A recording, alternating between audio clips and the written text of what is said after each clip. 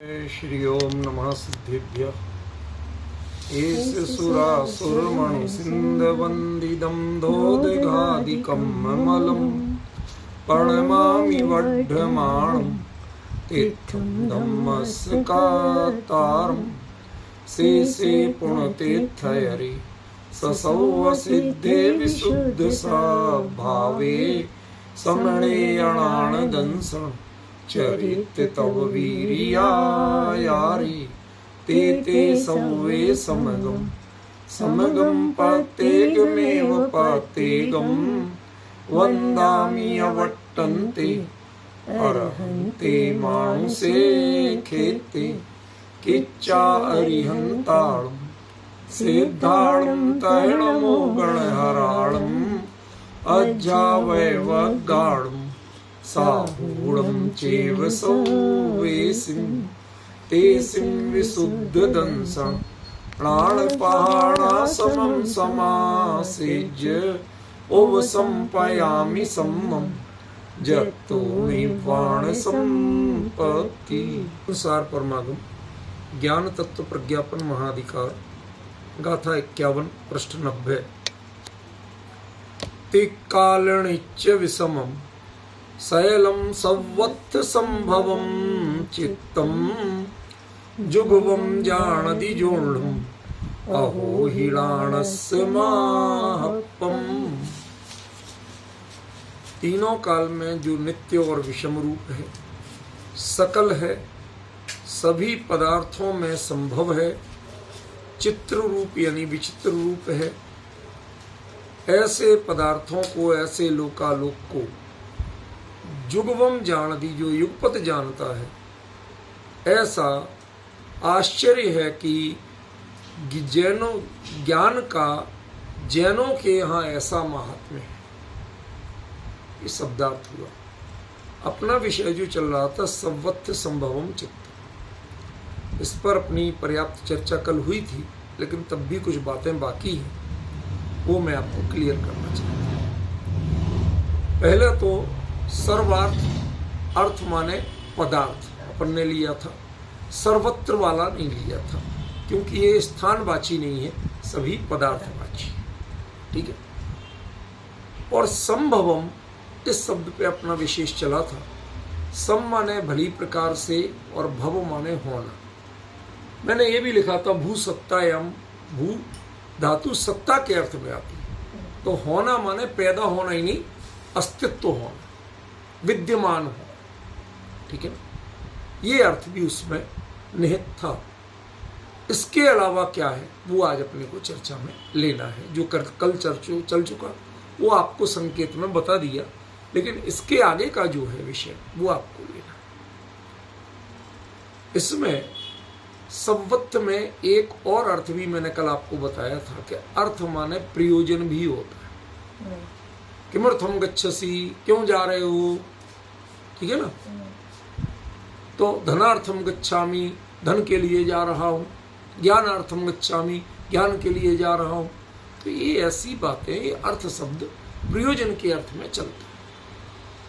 तो पहले 2 मिनट मैं इसको ले लूँ, फिर कल की चर्चा को आगे बढ़ाऊंगा, ताकि अधूरापन नहीं रहे। सभी अर्थ माने सभी प्रयोजन, सम माने भली प्रकार से, और भव माने जिसमें विद्यमान है सत्ता रूप। कोई प्रयोजन वैसा बाकी नहीं है जिसे पूरा करना। सिद्ध होना बाकी है कि नहीं? अरहंत केवली के सिद्ध होना बाकी है कि नहीं है? कहते उन्हें कोई जरूरत नहीं, वो नाम कर्म आयु कर्म वगैरह के खेल है। ठीक है ना, वो चुक जाएंगे तो अपने आप हो जाएंगे। उन्हें सिद्ध होके कोई बड़ी भारी उपलब्धि कुछ नहीं। अनंत दर्शन, अनंत ज्ञान, अनंत सुख, अनंत, उनकी मूल तो ये अनंत चतुष्ट है। ठीक है ना। ठीक है, सिद्ध अवस्था में 4 एक्स्ट्रा गुण कहेंगे, उनकी चर्चा हम फिर कभी करेंगे। अभी वो बात छेड़ लेंगे तो ये प्रकरण छूट जाएगा। लेकिन जो मुख्य अपने लिए है वो देखो, उपलब्धियां 2 तरह की होती, एक जो हमारे काम की है, एक जो होती तो है लेकिन उससे हमें कोई प्रयोजन नहीं। जैसे कोई आप खेती करते हो तो खेती में सब्जी होगी, फल होगा, अब उसमें डंठल निकलता, पीछे फूल वगैरह का हिस्सा होता, तो आपके किस काम का है? किसी काम का काम लेते हो। छिलका होता है, आपके किसी काम का है? नहीं। लेकिन उसके बिना वो तोरई लग जाएगी, बिना डंठल के भिंडी लग जाएगी। तो कहने का मतलब क्या है कि कुछ उपलब्धियां ऐसी हैं कि जो आपके लिए प्रयोजनभूत है, कुछ उपलब्धियां ऐसी हैं कि जो होती तो हैं लेकिन उनसे आपको कोई लाभ नहीं, समझ गए? कोई प्रयोजन नहीं। तो यहां जब अर्थ का अर्थ प्रयोजन किया तो प्रयोजन में जो अनंत चतुष्टय है वो है, और वो पूरा का पूरा विद्यमान है, ठीक है ना? इसलिए सभी अर्थ यानी सभी प्रयोजन जिसमें संभव यानी भली भांति विद्यमान है। अब आपने जो प्रश्न पूछा था कि इसमें परिपूर्ण, परफेक्शन क्या मतलब है, कल बहुत बताया पर पता नहीं कैसे आप नहीं समझ पाए, आश्चर्य है। परफेक्शन माने समझते हो? परफेक्शन माने पूर्णता, अपूर्णता नहीं, उसकी जो योग्यता थी, उसका जो कार्य था, उसका जो प्रयोजन था, वो बिल्कुल अपनी जगह सही। पॉइंट समझ? वो अपनी जगह बिल्कुल सही है, आपके लिए जितना चाहे गलत दिखे। देखो, एक सब्जी लाए, रख के फ्रिज में भूल गए, 8 दिन बाद ध्यान आया, अब निकाली तो वो सिकुड़ी हुई, ऐसी मुसी हुई मिली। आपने क्या कहा? ये बिल्कुल बेकार हो गई, फेंक दो। कहा कि नहीं कहा? लेकिन अब इसको दूसरे ढंग से देखो। एक वनस्पति शास्त्री को बुलाओ कि भाई इसको मैं 10 दिन फ्रिज में रख के भूल गया था, तो ये 10 दिन के हिसाब से ठीक है या नहीं? प्रश्न समझ में आया रूपल बहन? प्रश्न समझ में आ रहा है ना? ये 10 दिन फ्रिज में रखी रही और 10 दिन बाद हमने आज निकाली, और जब बाजार से लाए थे हो सकता है 1 दिन वहां भी हो गया हो। तो ये पेड़ से टूटने के बाद भले ही चाहे फ्रिज में संभल के रखी रही, तो अभी 11 दिन बाद या 12 दिन बाद की ये स्थिति ठीक है या नहीं, आपके खाने योग्य है नहीं है, ये नहीं पूछ रहे। क्या पूछ रहे कि 12 दिन में इसकी ये हालत है तो ये ठीक है, या इसमें जो लगी थी पेड़ पे वहां खाद पानी की कमी थी या कोई केमिकल ज्यादा डल गया था, इसके कारण ऐसी हुई। अब प्रश्न समझ में आ रहा? तो उसने देखा कि इसमें कौन कौन से टिश्यू कितने सिकुड़े हैं, तो 12 दिन में इतने सिकुड़ना चाहिए थे, तो उसने क्या कहा? ये बिल्कुल परफेक्ट है। आप कह रहे फेंकने लायक किसी काम की, लेकिन वो क्या कह रहा कि 12 दिन के हिसाब से इसकी जो परिणति है वो बिल्कुल परफेक्ट, इसमें कोई एक्स्ट्रा पेस्टिसाइड या केमिकल का प्रयोग नहीं था, होता तो इसकी हालत इससे बहुत खराब होती। ठीक है, एक परफेक्ट ये हो गया, आपके खाने के काम का नहीं, आपके देखने के काम का भी नहीं, आपके लिए बिल्कुल बेकार। लेकिन उस शास्त्र वाले के जिसने वनस्पति शास्त्र पढ़ा, जो उसके विकास का और विनाश का क्रम जानता है, उसके हिसाब से ये सिकुड़ी हुई, मुसी हुई, सूखी हुई सी जो दशा है तोरई की, वो परफेक्ट है कि नहीं? अब अंतर समझ में आया? ये परिपूर्णता अपूर्णता की बात ही नहीं, वो इतने दिन में ऐसी ही होनी चाहिए और वैसी ही है तो परफेक्ट। समझ गए? दूसरा, फ्रिज कंपनी वाले को बुलाया, फ्रिज के मैकेनिक को, एक्सपर्ट को बुलाया, भाई ये फ्रिज कम ज्यादा तो नहीं चल रहा, 12 दिन में या 10 दिन में ये तोरई सिकुड़ के ऐसी हो गई, ठीक है। तो उसने टेम्परेचर वगैरह चेक किया, उसकी हालत चेक की और चेक करके बताया कि हाँ साहब टेम्परेचर बिल्कुल सही है, यदि इससे ज्यादा होता तो इसके अंदर बर्फ जम जाती, बर्फ जम जाती, पानी इसके अंदर जो जम जाता तो ये तो जो ही आप निकालते इतने में तो गल के ये टुकड़ा टुकड़ा हो जाती, लेकिन ये गल के टुकड़ा टुकड़ा नहीं हुई, समझ गए। इसका मतलब आपका फ्रिज बिल्कुल परफेक्ट चल रहा है और फ्रिज के हिसाब से इसकी हालत बिल्कुल परफेक्ट। अब दो लोगों ने, दो साइंटिस्टों ने उसकी तोरई को परफेक्ट कहा, फिर भी आपके काम की नहीं। क्यों? क्योंकि आपको उसका भोग करना है, उन्हें भोग नहीं करना, उसकी वस्तु स्थिति जानना है। केवली उसकी वस्तु स्थिति जानते हैं, इसलिए उन्हें परफेक्ट दिखता है, और आपको भोग करना है इसलिए आपको उपयोगी और अनुपयोगी दिखता है। विजय भाई समझ में आया क्या बात चल रही है, क्या कहना चाहते हैं? मैं शब्द बिल्कुल चुन के आपको प्रयोग करता हूं, फिर भी यदि नहीं आता है समझ में आप पूछ लो हमसे, हम और दोबारा बता देंगे और खुलासा कर देंगे। अब तो क्लियर हो गया कि परफेक्ट कहने का मतलब क्या था। परफेक्ट माने परिपूर्ण, आदर्श है, कुछ नहीं है। उसकी जो परिणति है उस द्रव्य का उस क्षेत्र में उस काल में ऐसे निमित्तों के साथ ऐसा ही होना तय है, परफेक्ट है। केवल ही कहते कुछ भी दुनिया में गड़बड़ नहीं हो रहा, और हम दुनिया में गड़बड़ के अलावा कुछ नहीं देखते। अब ये डिफेक्ट किसका है? हमारा। ये ज्ञान का हमारे उपयोग का डिफेक्ट। ज्ञान परिपूर्ण क्यों नहीं होता? ज्ञान तो परिपूर्ण ही है, वो विकसित क्यों नहीं होता? समझ में आया? क्यों विकसित नहीं होता? कहते इसलिए नहीं होता। क्यों? क्योंकि तुम गे में या तो उपादेय देखते हो या हे देखते हो, उसको गे को गे रूप में परफेक्ट नहीं देखते। वो बिल्कुल सही है कि सही है। बाजार में या दिल्ली में चांदनी चौक गया, विजय जी आप तो जानते हैं चांदनी चौक के ही हैं खिलाड़ी, पुराने बासिंदे। अब वहां पर कोई आदमी कहता बाबूजी ये साड़ी कैसी है? ठीक है कि बिल्कुल ठीक है कि हाँ बिल्कुल ठीक है कि निकालो पैसे।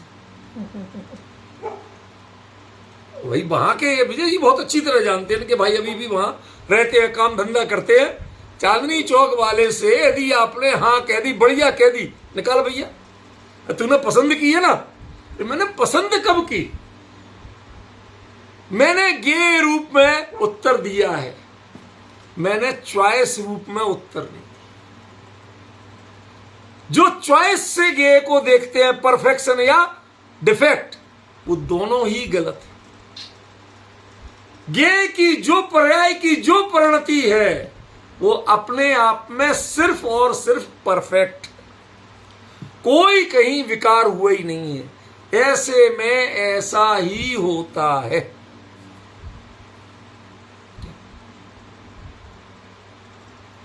एक कोई जानवर जीव होगा, थोड़ा बहुत कुत्ते का पिल्ला या कुछ ऐसा समझ लो, वो मर गया था। अब 3 दिन तक किसी ने उठाया नहीं, मरा पड़ा था।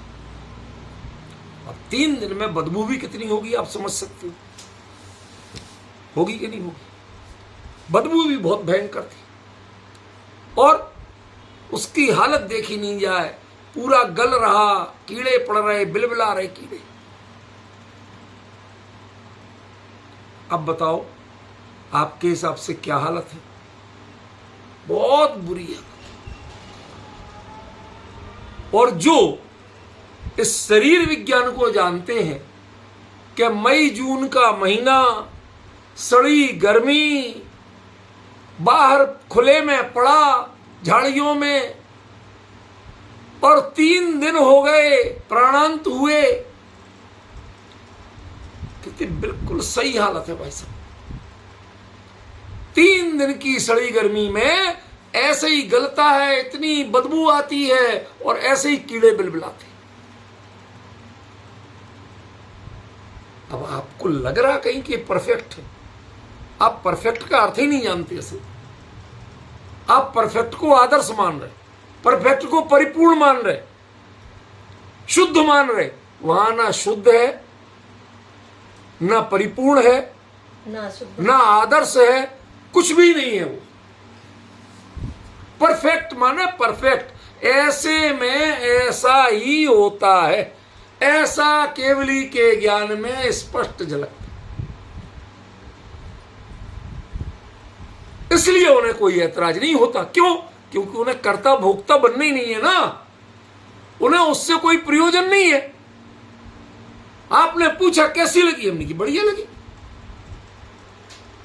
ठीक दिख रही। हाँ बिल्कुल ठीक दिख रही। तुम ले जाओ। ले क्यों जाओ भाई?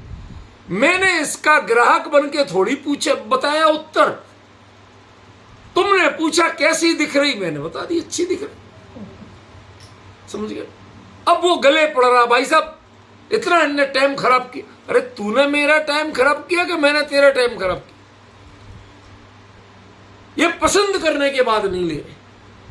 उसने रेट भी बता दी, इतने पैसे में ये अच्छी है कि नहीं है, कह दिया ठीक है भाई। अब जो तुम्हें ठीक है कह दिया और तुम निकाल भैया पैसे, कैसे नहीं दे रहा, लेके जाइए। अरे भाई मैंने जाना है, ज्ञान का परफेक्शन अलग है और राग का परफेक्शन अलग है।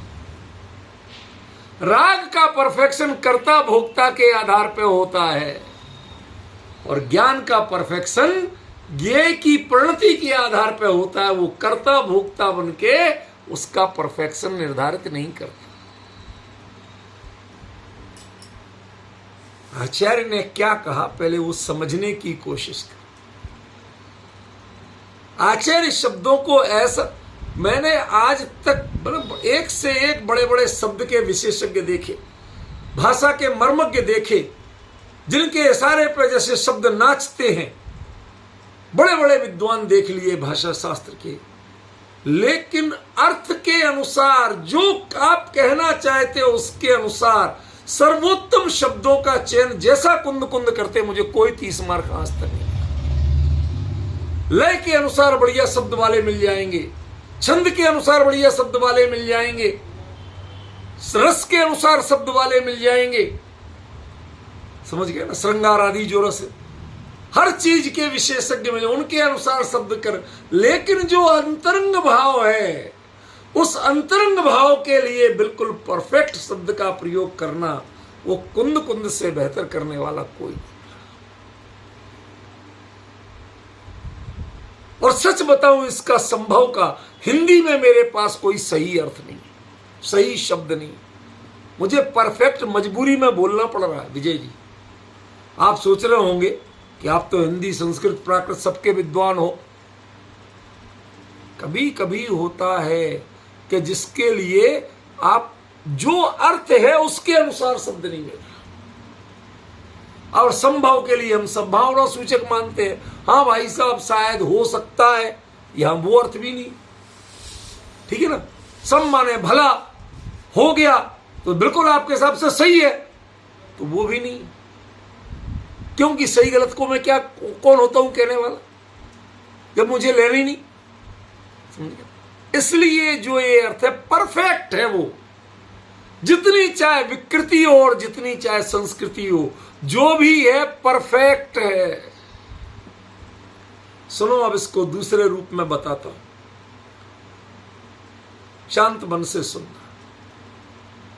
एक कोई बेहतरीन फूल गुलाब का नई नई कली खिली, आज ही खिली, पहली बार खिली। कैसी है? परफेक्ट। सब ध्यान दें। 4 दिन बाद उसके किनारे की पंखुड़ियां मुरझाने काली होने लगी। कैसी है? परफेक्ट। और 4 दिन बाद एक एक पंखुड़ी झरने लगी, बीच की डंडियां दिखने लगी। कैसे है? बिल्कुल परफेक्ट है। फिर टूट के नीचे गिर गई, चींटियां उसको खा रही। कैसी है? कि परफेक्ट है। कि आदमी हो क्या हो तुम, सभी परफेक्ट है। कहते हां, तुम्हें क्यों नहीं है? कि तुम कर्ता भोक्ता की दृष्टि से देखते हो, हम ज्ञाता की दृष्टि से। वो इतने समय में ऐसा ऐसा ही होना है, ऐसा उसका स्वरूप है, उसमें मैं ऐतराज कैसे कर सकता?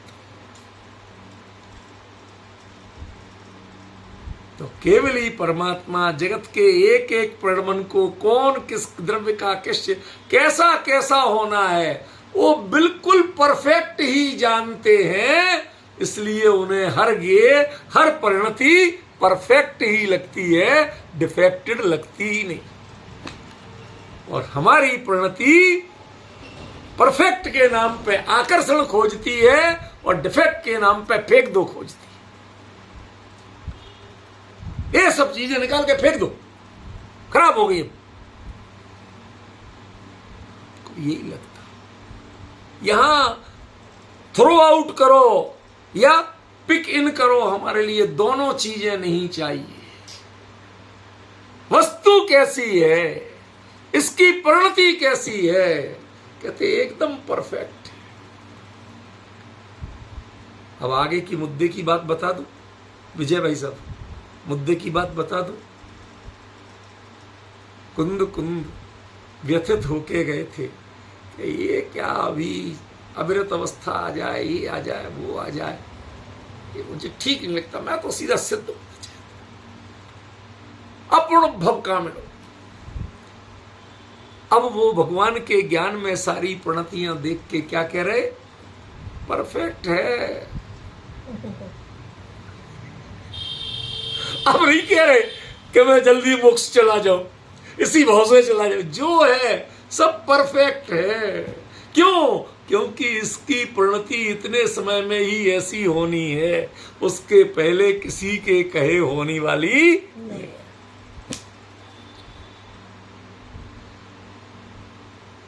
कितनी निश्चिंता है विजय जी, आप सोचिए। इस ज्ञातापने में कितनी निश्चिंता है। ज्ञान कभी वस्तु को अपूर्ण देखे तो समझ लेना ज्ञान नहीं है, वो राग है, वो भोग है। ये अपूर्ण देखना, अच्छा या बुरा देखना, खरा या खोटा देखना, ये रागात्मक दृष्टियां हैं। ये ज्ञान की काम नहीं है, ये ज्ञान का स्वरूप नहीं।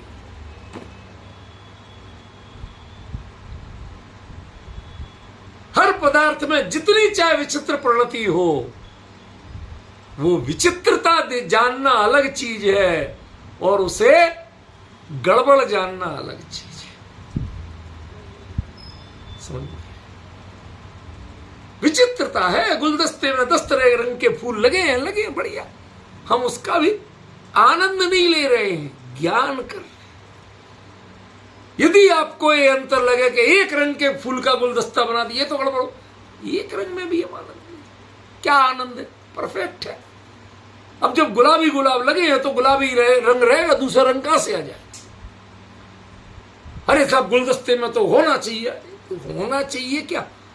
जो है उसको जानेंगे कि तुम्हारे चाहिए को जानेंगे क्या विजय जी? हमारी चाहत होना ऐसा चाहिए, तुम्हारी चाहत पूछ कौन रहा है? वस्तु में क्या है ये जानो तुम। समझ गए? क्या गजब स्वरूप है। केवली के साक्षात्कार करके सारे मन के विकल्प मिट जाते हैं। जल्दी मोक्ष जाने की भावना भी, वो चाह भी मिट जाती है। शांत शांत शांत। वो अपना मोक्ष देख के आए थे केवली के ज्ञान में, किस समय कैसे हो रहा है, किस सारी परिणतियां क्लियर हैं। इसको काट के कहां रखोगे? ये सिनेमा की रील नहीं है कि बीच के 2 सीन काट दिए। ये वस्तु के काल द्रव्य के प्रणमन, उसको तुम काट के अलग कर सकते हो क्या? केवली के ज्ञान में झलक रहा है कि तुम लोकांतिक देव होने के बाद आगे मनुष्य होगे, 8 वर्ष की आयु में दीक्षा लोगे, कैसे केवल ज्ञान लेके कैसे साधना करके मोक्ष ले जाओगे। इसमें कौन कैंची चलाए बीच में? वस्तु व्यवस्था में आपके उपयोग की कैंचियां चलती नहीं है। इतना क्लियर जानने के बाद एकमात्र आता है वधु सरस है। सब बहुत बढ़िया है। बहुत बढ़िया माने चांदनी चौक वाली बात याद रखना विजय जी। बहुत बढ़िया माने ले जा, लेने के लिए नहीं कहा। तुमने पूछा कैसा बढ़िया। ऐसे ही जगत का एक एक प्रणमन वो आपको ना राग उत्पन्न करता है ना द्वेष उत्पन्न करता है। कोई रिएक्शन नहीं। भी प्रणमति लगन नदी अगली गाथा आ रही, वो उसको बदलना नहीं चाहता कि भाई साहब एक जरा 2-4 कलर और दिखाना, जो दिखा दिया वही बढ़िया। दूसरा भाई साहब ये भी बढ़िया कि ये भी, तो कितने लेना तुझे? मुझे तो एक भी नहीं लेना।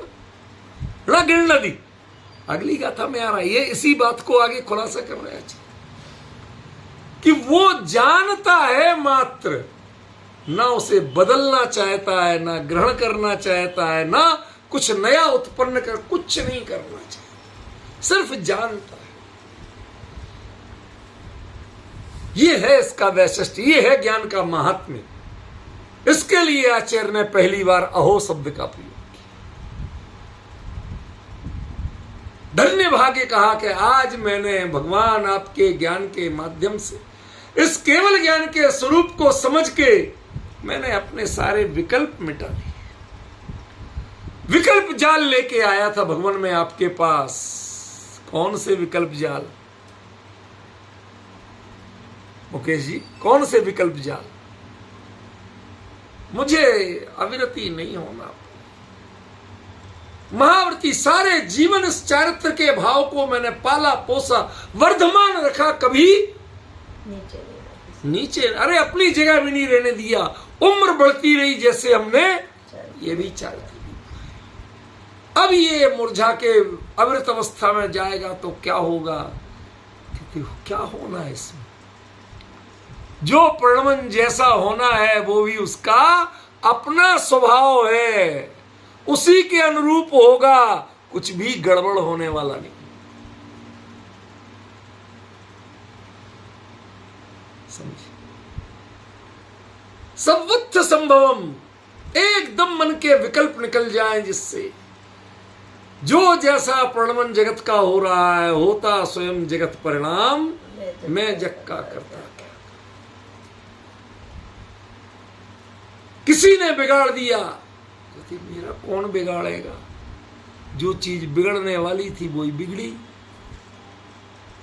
तुम उसके माध्यम से मेरे परिणाम बिगाड़ना चाहते, तुमने सूचना दी ना, उसने आपकी घड़ी तोड़ दी, आपका मोबाइल तोड़ दिया।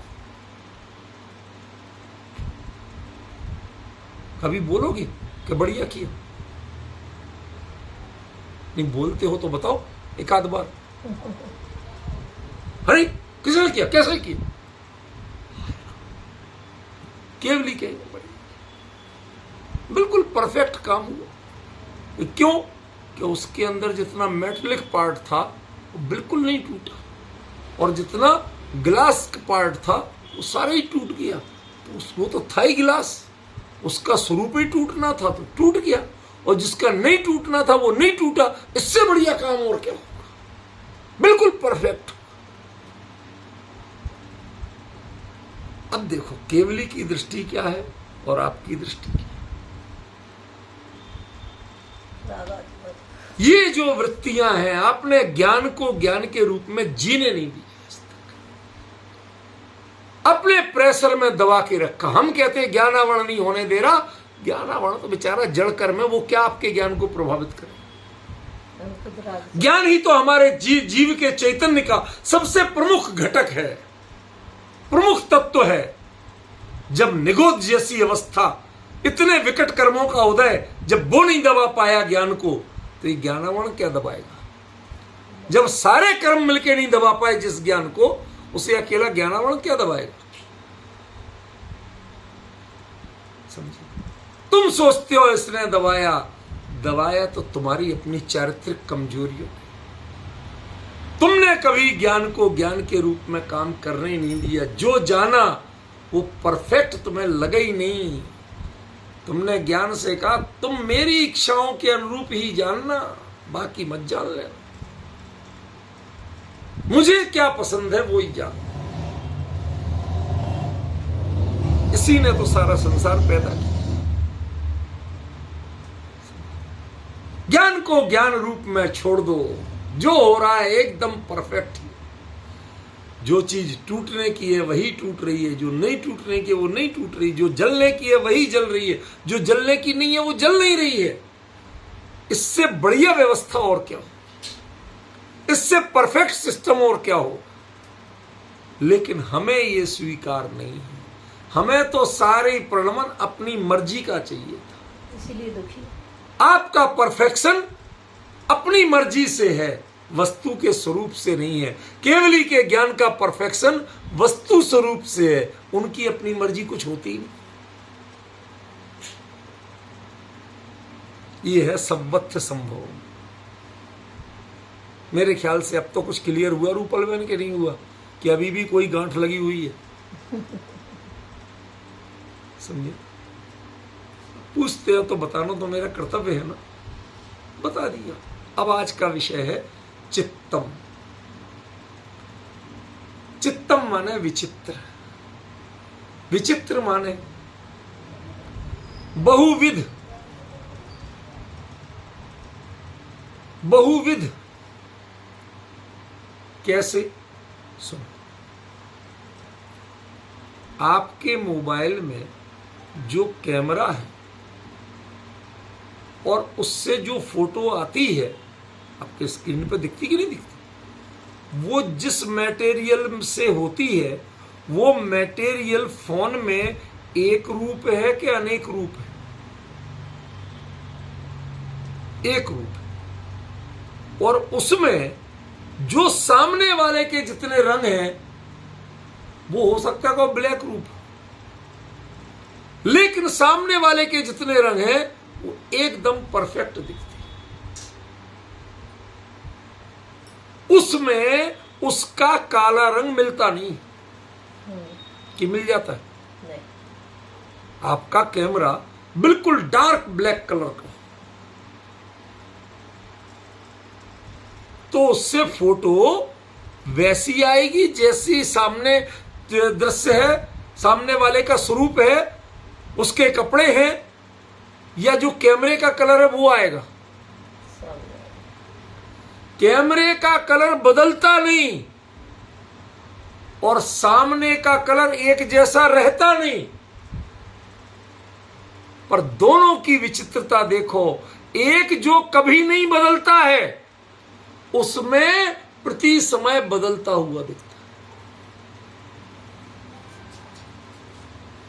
केवल ज्ञान कभी नहीं बदलता। वो तो जो जान रहा था वैसे ही जो कहते जान रहा, उसमें कोई फर्क नहीं है।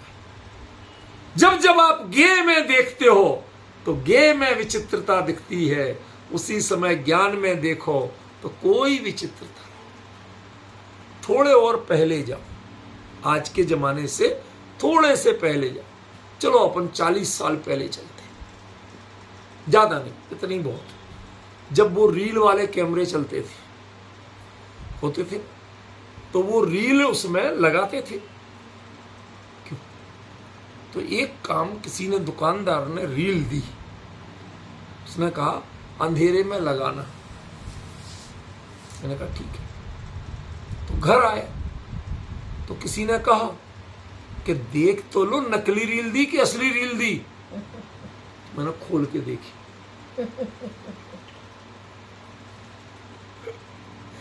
अब फिर लगा ली, अब उसमें कोई चित्र ही नहीं आया, सारी काली काली दिखी। जब चित्र डेवलप करवाए तो उसने पूछा जो डेवलप करने वाला था कि इसे खोल के देखा था क्या? हाँ भाई, ये देखा था कि सही है कि नहीं है? कहते बस अब देख लो, वही देख लो। अब ये अपने ओरिजिनल रूप में रह गई। इसे जो चित्र इसमें दिखना चाहिए था वो नहीं दिखेगा। या तो आप इसे देख लो तो एक रंग है, और चित्र देखना तो इसे मत देखो तो बहुत रंग दिखे। उसी कैमरे के उसी में जो सिल्वर लगता था, सिल्वर केमिकल, उससे वो पूरा रील बनती थी। प्लास्टिक थोड़ा सा पार्ट होता था, लेकिन बेसिक रील जो चित्र लेते थे वो सिल्वर के केमिकल से बनती थी। चांदी का एक केमिकल बनता, उससे बनती थी। बहुत बड़ा विशेषज्ञ नहीं हूं, पर हाँ थोड़ी सी जानकारी। तो वो जो पूरी रील बनी है वो चांदी के केमिकल से और काले रंग से बनी। आप उसे मत देखो। क्या कहा? उसे खोल के मत देखो, उस पर विश्वास करो कि ये तुम्हारा जो रूप है, बिना देखे ही उस रील में यदि चलाओगे तो जो सामने होगा, जिस रंग का होगा, उस रंग का आएगा। भाई साहब, पिछली बार हमने रील खोल के दिखी थी, सारी काली निकली थी कि तो तुम्हें उसे देखना ही नहीं।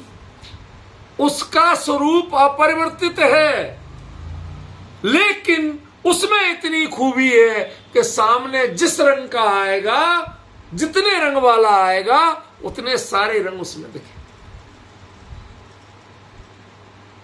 पक्की बात के कच्ची? पक्की है ना? कि कोई शंका है इसमें? ऐसे कह रहे हो, दम ही नहीं दिख रही बोलने में। अब जबरदस्ती कह रहे हो, कहलवा रहे तो कह रहे, पकड़ नहीं पाए दरअसल। एक है ज्ञान और एक है ज्ञेय। ज्ञान का स्वरूप रील की तरह है, अपरिवर्तित, अप्रभावित, और उसमें झलकने वाले ज्ञेय का स्वरूप वो विचित्र है, चित्र है, अनेक रूप है। लेकिन उसकी अनेक रूपता से रील प्रभावित नहीं होती। वो अनेक रूपता को दिखाती हुई भी वो जो थी वो वही है, जिस केमिकल की थी उसी केमिकल रूप, उसमें कोई परिवर्तन नहीं है। समझ? ये जो मोबाइल है ना, इससे आप वीडियो बनाओ किसी की, क्या बनाओ? वीडियो, तो उसमें सब हाथ पैर हिलते डुलते सारी चीजें आ रही। अब बताओ, ये जो कैमरा है ना, वो कितना हिल रहा है उसके? बिल्कुल नहीं। और यदि कैमरा भी साथ में हिलाने लगोगे तो क्या आएगा? सामने कैसे है, कैसे हिल रहे थे वो नहीं आएगा, फिर इसी का हिलना आएगा। या तो आप इस पे फोकस कर लो, या सामने इसको स्थिर रखो, तो सामने जो विचित्रता है वो ज्यों की त्यों दिखेगी। और यदि इसे चंचल करोगे तो सामने वाली नहीं, फिर इसी की चंचलता दिखेगी। अपने ज्ञानोपयोग को चंचल करोगे तो जगत के पदार्थ का स्वरूप नहीं दिखेगा, फिर ज्ञानोपयोग की चंचलता ही दिखेगी। ये मुझे पसंद है, ये मुझे पसंद नहीं है। चारित्र उसको चंचल करता है। ज्ञान चंचल नहीं होता, चारित्र चंचल करता है। टार्च है ना, टार्च, टार्च की रोशनी हिलती है? नहीं हिलती। लेकिन टार्च ऐसे ऐसे हिलाओ तो ये हिलाने का काम, दुनिया को हिलती हुई टार्च दिखती है, लेकिन हिलता हाथ है का टार्च? हाथ है। ऐसे ज्ञान नहीं हिलता, ज्ञान तो टार्च की तरह है, और चरित्र हमारा जो है वो हाथ की तरह है। उस हाथ में रखा हुआ वो टार्च है ना, जलता हुआ, वो बिल्कुल नहीं हिलता है। तो ये ऊपर नीचे क्यों दिख रहा है? कि हाथ जहां है वहां दिख रहा है। ज्ञान के हाथ में, वो चारित्र के हाथ में ज्ञान की टॉर्च मत पकड़ो। ज्ञान की टॉर्च ज्ञान में रहने दो, चारित्र को अपना एकदम शांत कर दो।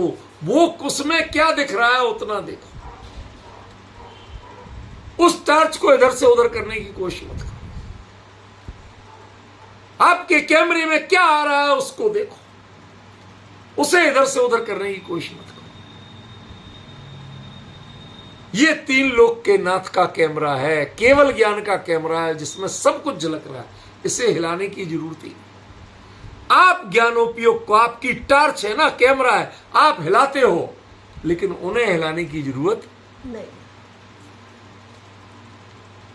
वो एक रूप है, कोई अंतर। संसार के सारे जीवों के राग द्वेष मोह सब झलक रहे, नरक की वेदनाएं झलक रही और स्वर्ग के भोग झलक रहे, सब झलक रहे। लेकिन केवली के ज्ञान में कभी कोई प्रश्न चिन्ह लगा आज तक? और आपके ज्ञान में ये सबसे बड़ा चक्कर है। ये आपके व्यक्तित्व की कमी है, ये ज्ञान की कमी नहीं। आप यदि इंटरेस्ट लेके दूसरी चीज देख रहे हो, किसी के यहां गए, वहां के किचन में झांक रहे हो, समझ गए, टेबल पे आके कुछ लग गया, आप बैठे याद रहो, आजकल ड्राइंग डाइनिंग टेबल कॉमन होते ना, तो नजर तिरछी हो कि डाइनिंग टेबल पे जा, इसका मतलब क्या है? जानते हो इसका मतलब क्या? ज्ञान की नजर से जा देखना और अपना उपयोग भटकाना, इन दोनों में बहुत बड़ा अंतर है। केवली के ज्ञान में भी दिख रहा है और अधिक क्लियर दिख रहा है कि डाइनिंग टेबल पे क्या लगा है, पर वो देख नहीं रहे, दिख रहा, और आपको देख रहे हो, बस यही अंतर है। ये देखने की जो प्रवृत्ति है, ये ज्ञान की प्रवृत्ति नहीं है। दिखना ये ज्ञान का स्वरूप, ज्ञेय का झलकना ये ज्ञान का स्वरूप है, ज्ञेय को जानना ये ज्ञान का स्वरूप है। जब जब आप जानते हैं, इसका मतलब चारित्र के हाथ में ज्ञान की टॉर्च हिल रही है। इसलिए आप जरा अपनी प्रवृत्तियों को, अपने उद्वेगों को थोड़ा सा कंट्रोल करना सीखो। केवल ज्ञान समझना है ना आपको, तो इस विचित्रता में, इस परिवर्तनशीलता में आप अविचित्रता देखो। जिसने जाना है उसके कोई फर्क नहीं, और जिसे फर्क पड़ गया उसने जानना ही नहीं सीखा आज तक। केवली के ज्ञान में सब कुछ दिखता है, सब कुछ झलकता है, लेकिन आज तक किसी ने प्रश्न चिन्ह नहीं लगा। और केवली की बात करने वाले, उन्हें यदि कुछ गड़बड़ दिखता है तो प्रश्न चिन्ह लगता है। जब मैं जयपुर में पढ़ता था तो वहां पहली साल थी, हम ही लोग 13 लोगों का बैच था, तो वहां एक कोई ब्रह्मचारी जी आ गए, युवा लड़के ही थे, कोई ज्यादा बड़े नहीं थे। तो वो आ गए, मेरे से तो खैर बड़े थे, मैं तो उस समय 13.5-14 साल का था, वो करीब होंगे 18-20 साल के, 22 साल के हो। वो आ गए, तो अब वहां जाके कहें हमें पड़गाओ, यहाँ कोई नहीं पड़गाने वाला। कहते भोजन वगैरह शुद्ध तो बना है ना, यहाँ शुद्ध ही बनता, शुद्ध नहीं बनता। बस हो गई हमारी शुद्धि, आके बैठ गए, खा पी गए, सब हो गया। अब दिन में क्या करें? तो दिन में वहां स्मारक में पूरे हॉल में बड़ी बड़ी खिड़कियां बनी थी, और उनमें बाहर मच्छर डिजाइन की ग्रिल लगी और मच्छर जाली लगी, ताकि कुछ मच्छर मक्खी नहीं आए, हवा तो आए, वो नहीं आए। तो वो खिड़कियां भी इतनी बड़ी बड़ी थी कि एक आदमी आराम से लेट सके, और इतनी चौड़ी थी, ट्रेन की बर्थ जैसी। तो वो उसमें बैठ जाते और खिड़की की ओर मुंह कर लिया और मोक्ष मार्ग प्रकाशक पढ़ते थे। मैंने कहा कि ये स्वाध्याय तो ऐसे रख के किया जाता है, ये ऐसे लेके क्यों करते? आराम से रखो, सामने वहां भी स्टैंड थे, उन पे रखो, आराम से पढ़ो। 2 बार मैंने, चलो भी बाबा जी हैं, ब्रह्मचारी जी हैं, तो अब वो पता नहीं किस क्यों, वो कमेंट नहीं करूँगा मैं, पर हाँ वो उनको लाके मैंने वो स्टैंड दे दी, सुरत स्टैंड जो होता है ना वो दे दी। नहीं नहीं मुझे नहीं चाहिए। अरे साहब आप हाथ में ली थक जाओगे, इस पर रख के पढ़ लो आराम से। नहीं कोई बात, अच्छा रख दो, मुझे जरूरत लगेगी ले। अब बाल बुद्धि तो बाल बुद्धि, रूम्स हॉल से तो निकल गया, ऊपर से देख रहा है कि बाबा जी क्या कर रहे हैं। अब मैं देख रहा हूं कि जो पेज पलटे जा रहे हैं उन पेज का कलर और मोक्ष मार्ग प्रकाशक के पेज का कलर कुछ अलग है। मोक्ष मार्ग प्रकाशक में चित्र नहीं छपे और उसमें चित्र दिख रहे।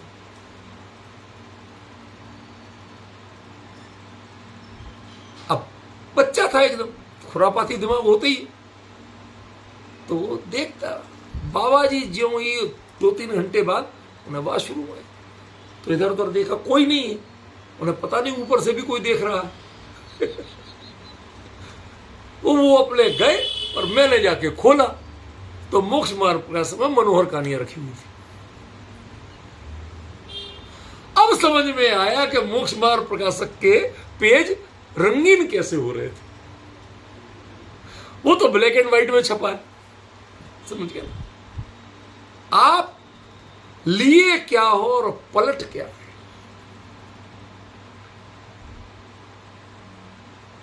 अंतरंग रुचि किसमें पड़ी हुई है। मैंने बोल दिया, हमने कहा बाबा जी क्या है ये, कहना मत किसी से। अरे हमने कहा वो भूल जाओ तुम, कहना मत किसी से। मैं तो जाके अभी बता रहा हूं, दादा के पास गया, दादा देखो ये बाबा जी क्या करते हैं, ले गया उनके मोक्ष मार्ग प्रकाशक में रख के मनोहर कहानियां पढ़ते।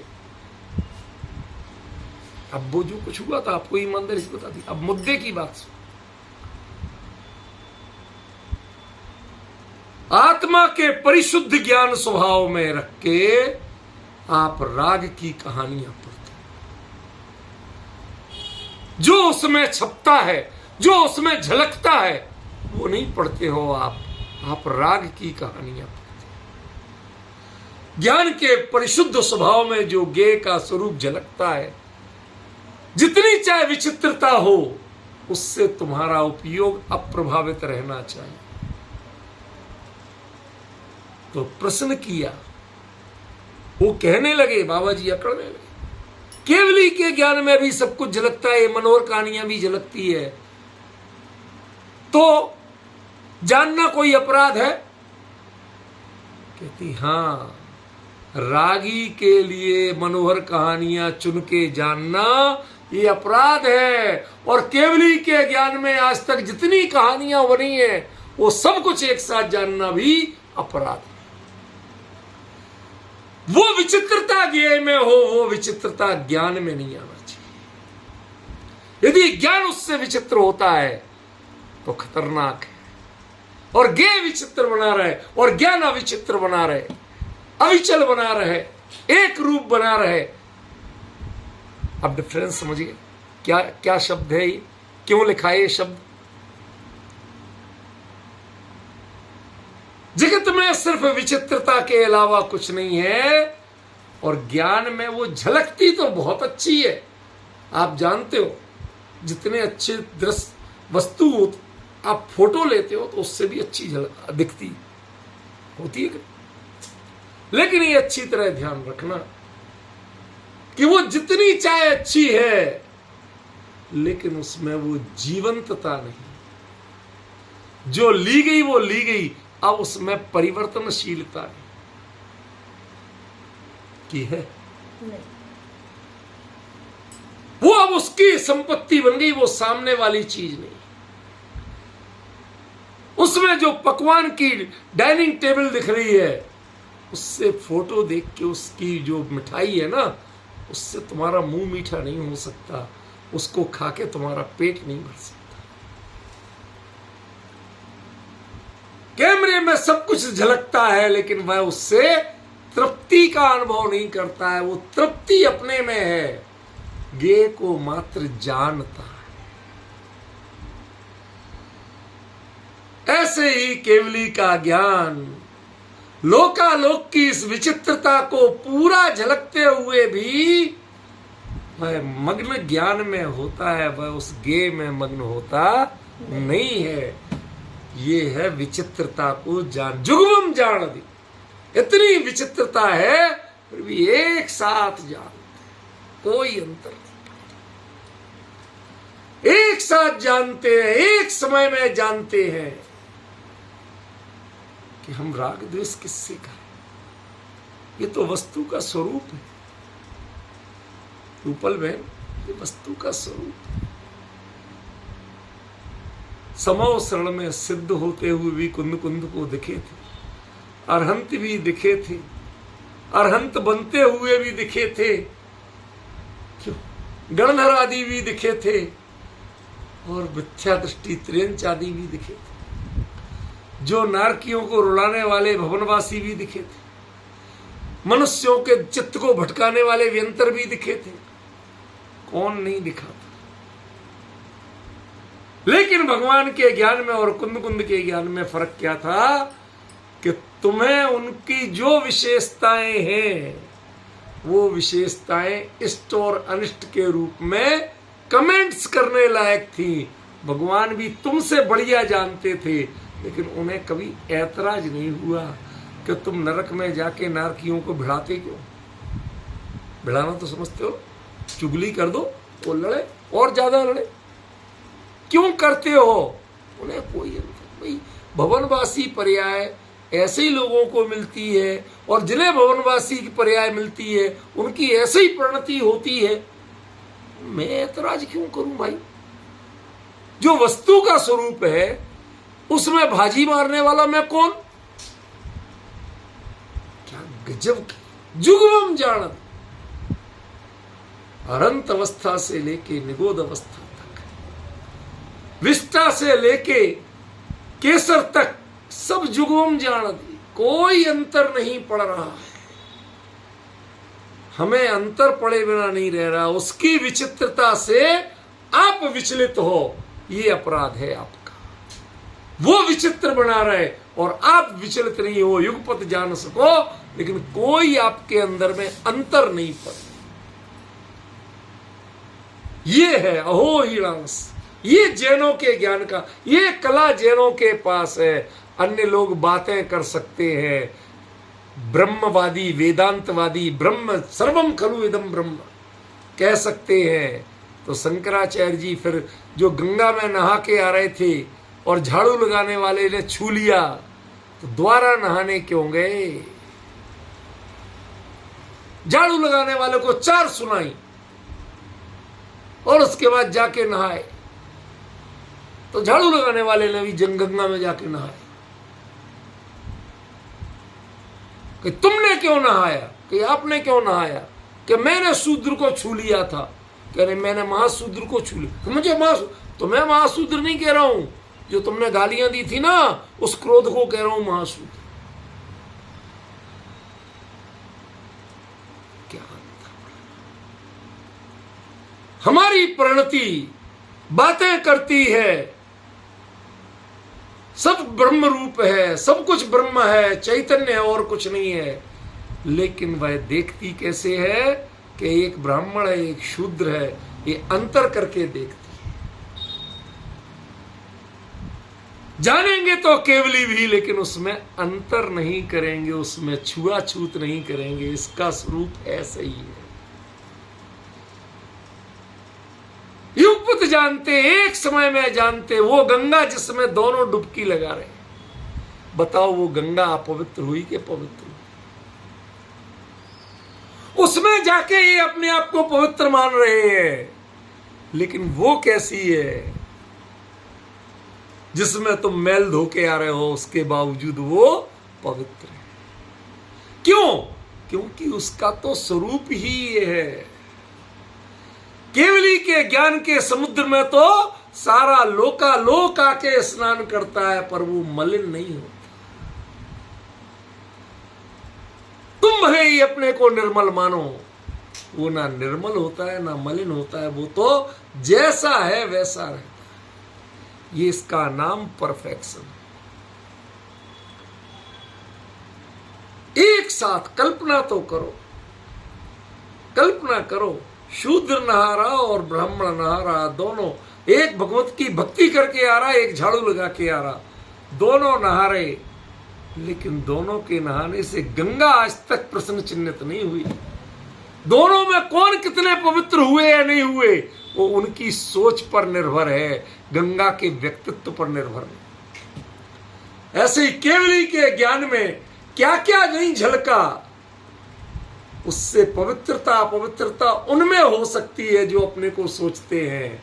केवली के ज्ञान में आज तक पवित्रता नहीं आई, कोई विचित्रता नहीं आई, सब कुछ युगपत विद्यमान है, लेकिन उसमें कोई अंतर नहीं आया। ये ज्ञान की महिमा है।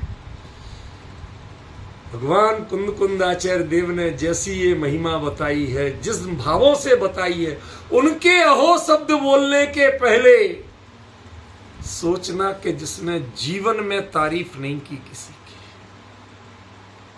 ये पहली गाथा है जहां पर वो कह रहे हैं अहोराणस।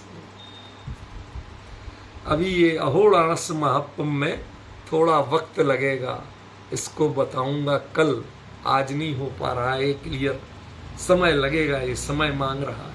ये अहो के पीछे क्या भावना है वो मैं आपको पूरी क्लियर करूंगा, तब ये गाथा जाके पूरी होगी, उसके बाद अगली गाथा चले। समय